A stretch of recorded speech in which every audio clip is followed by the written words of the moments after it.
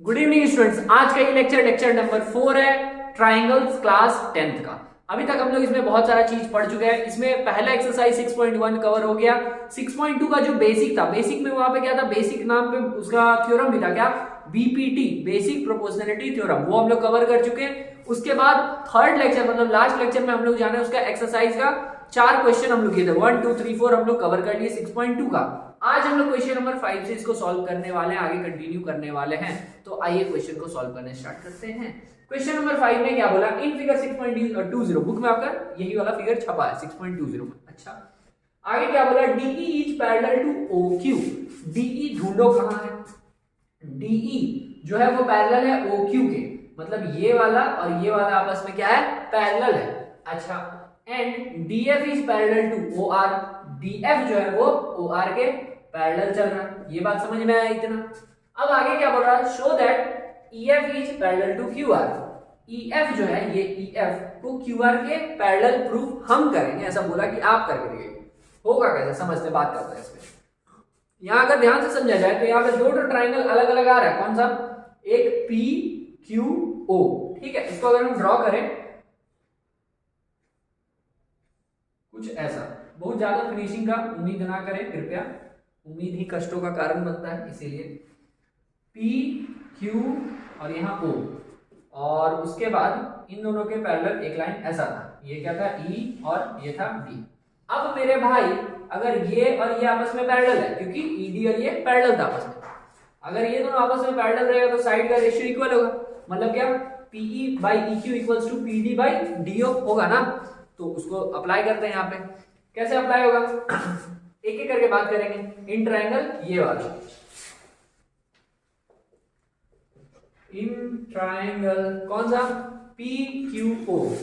PQO में क्या बोलेंगे कि PE by EQ is equals to PD by DO, ठीक है। रीजन लिख देंगे यहाँ पे क्या, कि ED is parallel to OQ, इसीलिए हम ऐसा बोल दे रहे हैं, ठीक है। रेशियो इक्वल हो गया, इसको 1 मान लिया, ठीक है। इसका फायदा क्या होगा बता रहे हैं, जैसे एक तो ट्राइंगल हम PQO लिए ना, दूसरा हम ट्राइंगल लेंगे PRO, ठीक है। तो जब हम PRO लेंगे ना तो यहाँ पे क्या मिलेगा हमको, PF by FR equals to PD by DO। समझिए दोनों में हमको PD by DO दोनों में हमको मिल रहा है, ठीक है। इस वाले मतलब PQO में बात किए थे तो यहाँ पे हमको PD by DO मिला था, और PRO में भी बात किए तो PD by DO हमको मिला है। क्लियर बात। तो इसको सॉल्व करेंगे। पहला तो यहाँ आइए दूसरा ट्राइंगल बात करते हैं। इन ट्राइंगल कौन सा, PRO। तो PRO में हम क्या बोलेंगे कि PF by FR जो है वो इक्वल है PD by DO के। क्लियर बात। इसको सेकंड इक्वेशन मान लीजिए। इसका रीजन यही रहेगा कि भैया DF और OR पैरेलल है, DF is parallel to OR, इसका रीजन ये, ठीक है। अब हम 1 और 2 से देखें क्या कि PD by DO सेम आ रहा, क्योंकि 1 और 2 का इधर वाला बराबर तो इधर वाला भी बराबर। अच्छा, तो क्या करेंगे, लिखेंगे फ्रॉम इक्वेशन 1 एंड 2। 1 एंड 2 से क्या बोल सकते हैं हम लोग कि PE by EQ जो है वो इक्वल होगा मेरे भाई, PE by EQ किसके बराबर हो जाएगा, PF by FR के। अरे समझ में आया कि नहीं, क्यों, देखो समझो हम क्या बोल रहे हैं मेरे भाई, PD by DO, क्योंकि इसके इक्वल का इधर वाला और इधर भी, यहाँ भी अगर ये दोनों आपस में बराबर है तो ये दोनों भी आपस में बराबर। क्लियर। तो यहाँ पे लिख दिया हम कि PE by EQ बराबर PF by FR। यहां तक बात समझ में आया। हाँ आ गया। प्रूव करना क्या था, EF और QR को पैरेलल, EF और QR को आपस में पैरेलल प्रूव करना था। कैसे होगा, अगर हमको इस ट्राइंगल को बस इमेजिन कीजिए कि इसको PQR को हम ड्रॉ कर दिए ऐसा, ठीक है।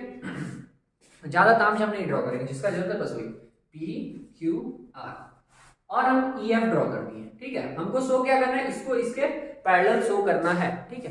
पैरेलल कब होगा, कन्वर्स पाइथागोरस लग रहा है, कन्वर्स थेल्स थ्योरम लग रहा है। यहाँ पे थेल्स थ्योरम क्या बोलता है कि अगर रेशियो इक्वल है ना तो वो पैरेलल है। थेल्स थ्योरम क्या बोलता था कि अगर ये रेशियो इक्वल है तो वो पैरेलल है, लेकिन यहाँ पे सॉरी, अगर वो पैरेलल है तो रेशियो इक्वल होगा, ठीक है। लेकिन यहाँ उल्टा है कि रेशियो इक्वल आ रहा है, मतलब कि इसका नाम E और F कर दें तो PE by EQ PF by FR आ रहा, PE by EQ PF by FR हुआ, PE by EQ equals to PF by FR। तो क्योंकि साइड्स का रेशियो इक्वल आ रहा ना, तो इसीलिए हम बोल सकते हैं क्या, EF और QR आपस में पैरेलल हो जाएगा, ठीक है। लिखेंगे so EF is parallel to QR, ऐसा। इसका रीजन लिख देंगे बाई कन्वर्स ऑफ बीपीटी, ठीक है। ये कन्वर्स ऑफ बीपीटी या फिर क्या था, जो आपका 6.2 था, थ्योरम 6.2 था उससे, ठीक है, और 6.2 थ्योरम, ठीक है। यहां तक बात समझ में आ गया। तो ये पैरेलल प्रूफ करना था, पैरेलल प्रूफ हो गया, बात खत्म। आइए नेक्स्ट क्वेश्चन में। क्वेश्चन नंबर 6 क्या है, इन फिगर हाई वाला क्या क्या बोला, ए बी सी, देखो इतना ज्यादा नहीं पढ़ते, दिया होगा दिख रहा, इसमें सिंपल सिंपल बात उठा लेते हैं क्या, कि ए बी जो है वो पी क्यू के पैरेलल था। मेरे भाई ए बी ये जो है ना, ये इसके पैरेलल था, और ए सी जो था वो पी आर के पैरेलल था, बस यही बात, ठीक है। ए बी जो था वो पी क्यू के पैरेलल, और ए सी जो था वो पी आर के पैरेलल, सही है। अब आगे क्या बोल रहा, show that B C is parallel to Q R, इसको इसके पैरेलल प्रूव करना था, ठीक है। कैसे प्रूव करेंगे समझते हैं। अगर हम लोग समझना, पूरा ध्यान क्या दिमाग लगा देंगे, एक ट्राइंगल लिए हम क्या, पी ओ क्यू, ठीक है। इसको अगर हम लोग ड्रॉ कर दें कहीं पे, यहां पे ही करके समझाते हैं, ऐसे ऐसे, मान लिया ऐसा ही है, ठीक है। ये ऐसे ड्रॉ हो गया, नाम दे दिए पी क्यू ओ, यहाँ पे इसके एक पैरेलल लाइन ड्रॉ किए ऐसा, इसको बोल दिए ए, इसको बोल दिए बी। अब समझना मेरे भाई, अगर क्योंकि ये दोनों पैरेलल है क्योंकि ये दोनों पैरेलल है तो साइड का रेशियो इक्वल चलेगा, मतलब क्या कि जो ओ ए और ए पी होगा वो ओ बी और बी क्यू के इक्वल होगा ना, एकदम होगा। और अब अगर इस वाले ट्राइंगल में आ जाए पी ओ आर में, तो इसमें ये और ये साइड आपस में क्योंकि पैरेलल है तो हम क्या बोल सकते हैं, इसमें देखना, इसमें क्योंकि हम ओ ए बाई ए पी लिए ना, तो इसमें भी ऐसे ही स्टार्ट करते हैं, ओ ए बाई ए पी जो होगा वो ओ सी बाई सी आर होगा। कैसे, क्योंकि वो भी तो वैसा ही आ रहा ना कुछ ट्राइंगल ऐसा,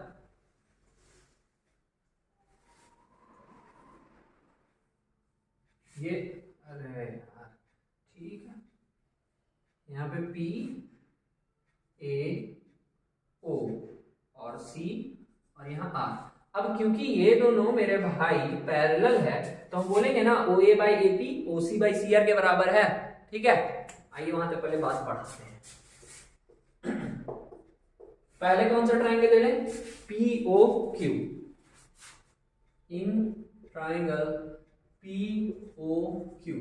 तो पी ओ क्यू में क्या बोलेंगे हम कि ओ ए बाई ए पी जो है, ओ ए बाई ए पी जो है वो बराबर होगा किसके, ओ ए बाई ए पी जो है वो O B by B Q के बराबर होगा। कैसे, ये समझ में आ रहा ना, O B by B Q ना, O B by B Q कैसे हो रहा है, ये समझ में आ रहा ना, क्योंकि हम लोग उधर थ्योरम में पढ़े ना, अगर पैरेलल होता है तो साइड का रेशियो इक्वल चलता है, वही हो रहा है यहाँ पे। तो पैरेलल क्या था, लिख देंगे यहाँ पे कि भैया ए बी जो था ना वो पैरेलल था पी क्यू के, इसीलिए ऐसा लिख दिए। पहला इक्वेशन ये मिला। दूसरा, अब हम कौन सा ट्राइंगल में आ जाएंगे, पी ओ आर में, in triangle P O R. P O R के साथ क्या कहानी है कि जैसा ये वाला उठाए थे पी ओ आर, क्योंकि ये दोनों आपस में पैरेलल है, ये दोनों आपस में पैरेलल है, तो यहाँ से जो रेशियो होगा मतलब O A by A P O C by C R के बराबर होगा। तो लिखेंगे कैसे, O A by A P is equals to O C by C are.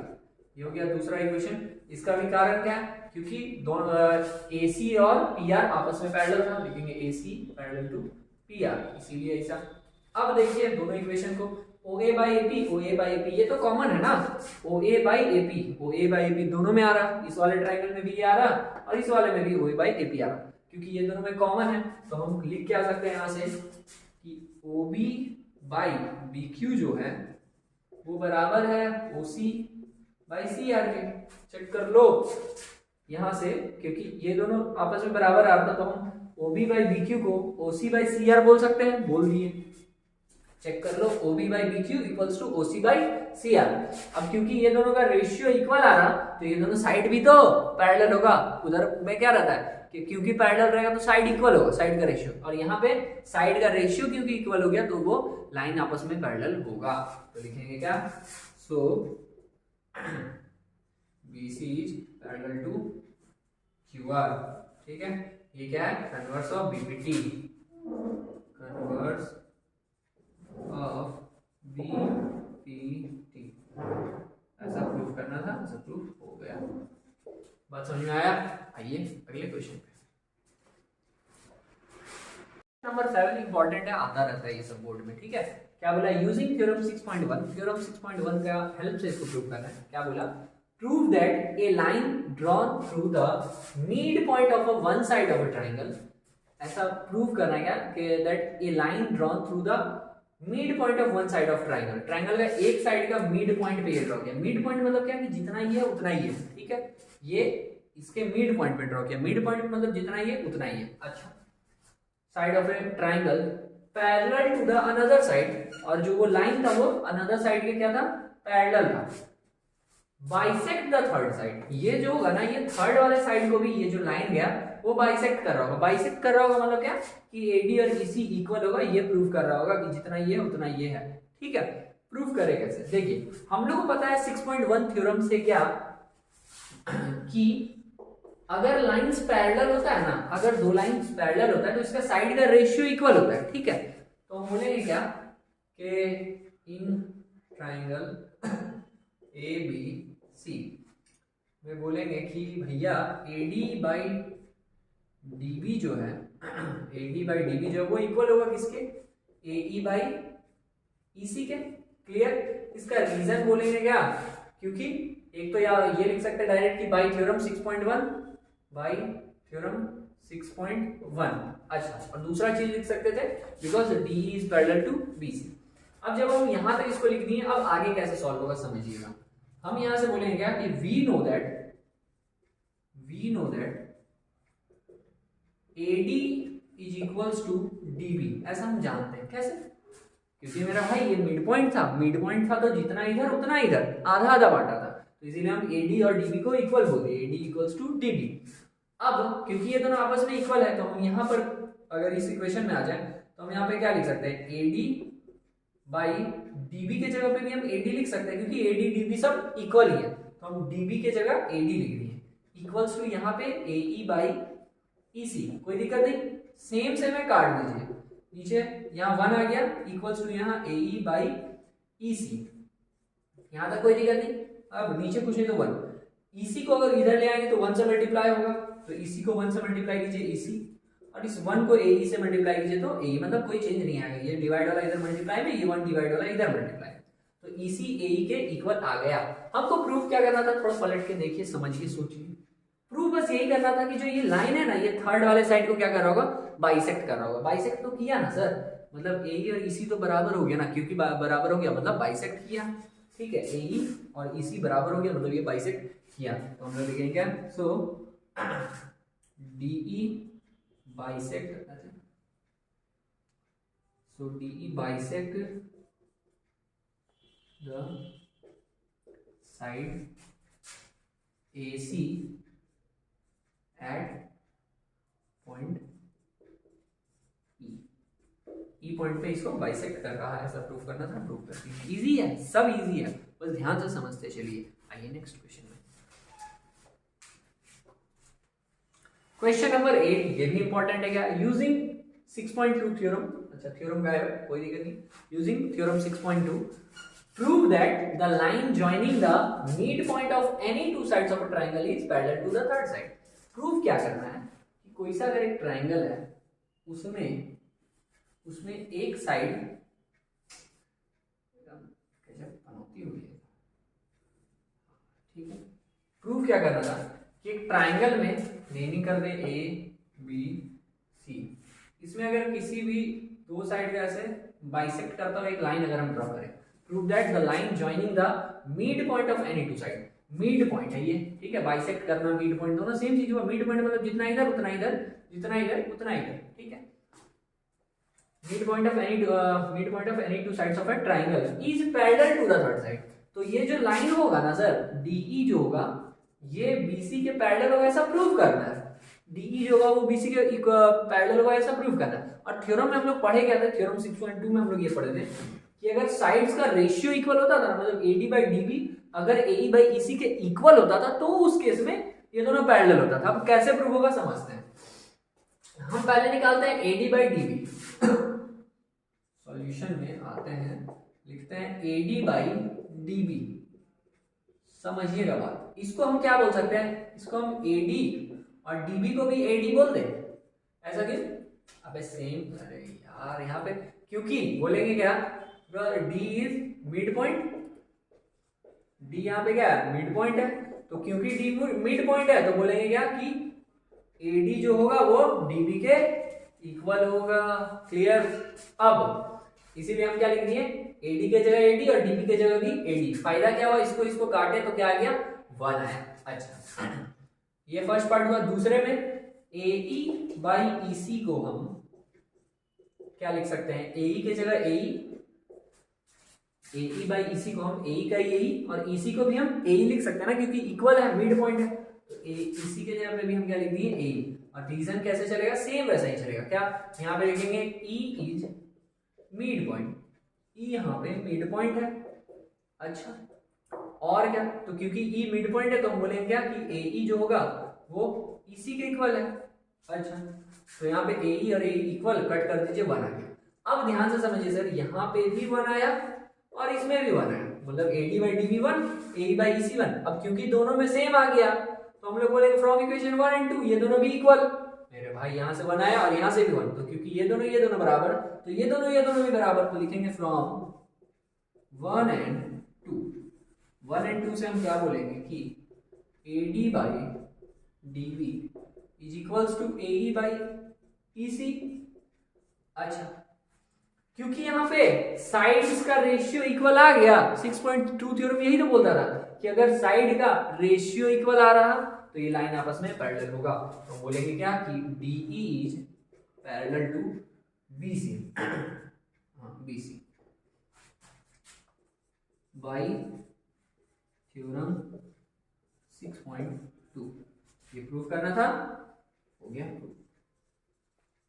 ठीक है, अब एक्सरसाइज में 2 क्वेश्चन बचा, उसको रोक के रखते हैं, उसको हम लोग नेक्स्ट लेक्चर में करेंगे। अभी के लिए इसको यही रखते हैं, मिलते हैं हम लोग नेक्स्ट लेक्चर में। Thank you.